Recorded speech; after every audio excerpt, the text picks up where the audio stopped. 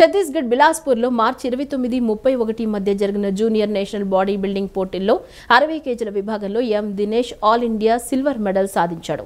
అలాగే ఏప్రిల్ 4న భీమవరంలో జరిగిన రాష్ట్ర స్థాయి మెన్స్ ఫిజిక్ 165 సెంటీమీటర్ల విభాగంలో గోల్డ్ మెడల్ గెలుచుకుని మిస్టర్ ఆంధ్ర టైటిల్ను కైవసం చేసుకున్నాడు. ఈ విభాగంలో వి శ్రీను సిల్వర్ మెడల్ సాధించాడు.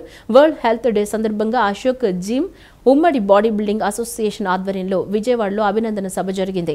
ఈ కార్యక్రమంలో అసోసియేషన్ చైర్మన్ గొట్టిపాటి రామకృష్ణ ప్రసాద్, అధ్యక్షుడు Manohar, golden fitness CH Raju, the roots gym Ravi, team manager Alluri Reddy, yoga association Durgarao పాల్గొని క్రీడాకారులను సన్మానించారు.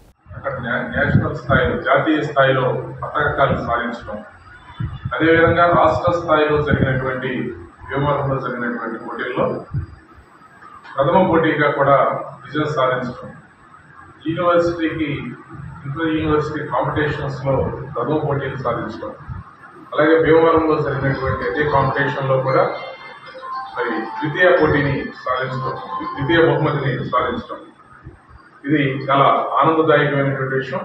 ఎందుకంటే ఇక్కడి నుంచి జాతీయ స్థాయిలో రిప్రజెంట్ చేసి ప్రాతినిధ్యం వహించి మరి మన యొక్క మెడల్ని తీసుకొచ్చి దీనికి ఈ విధంగా తీసుకురావడం అనేది చాలా గర్వకారణం. ప్రతి ఒక్కళ్ళకి చెప్పేది ఆరోగ్యం ఉంటే ఆరోగ్యం మహాభాగ్యం అని చెప్పి మన చిన్నప్పటి నుంచి చెప్తూ ఉంటారు.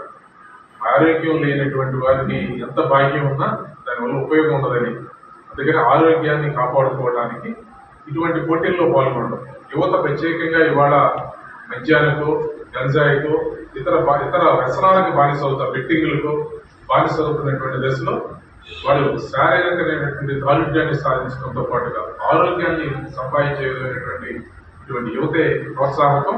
కాబట్టి అందరూ కూడా ఆరోగ్యంగా ఉండాలి అంటే ఖచ్చితంగా మంచి అలవాట్లు కలిగి ఉండాలి. మంచి అలవాట్లు ఉండాలి అంటే మంచి ఆలోచనలు ఉండాలి.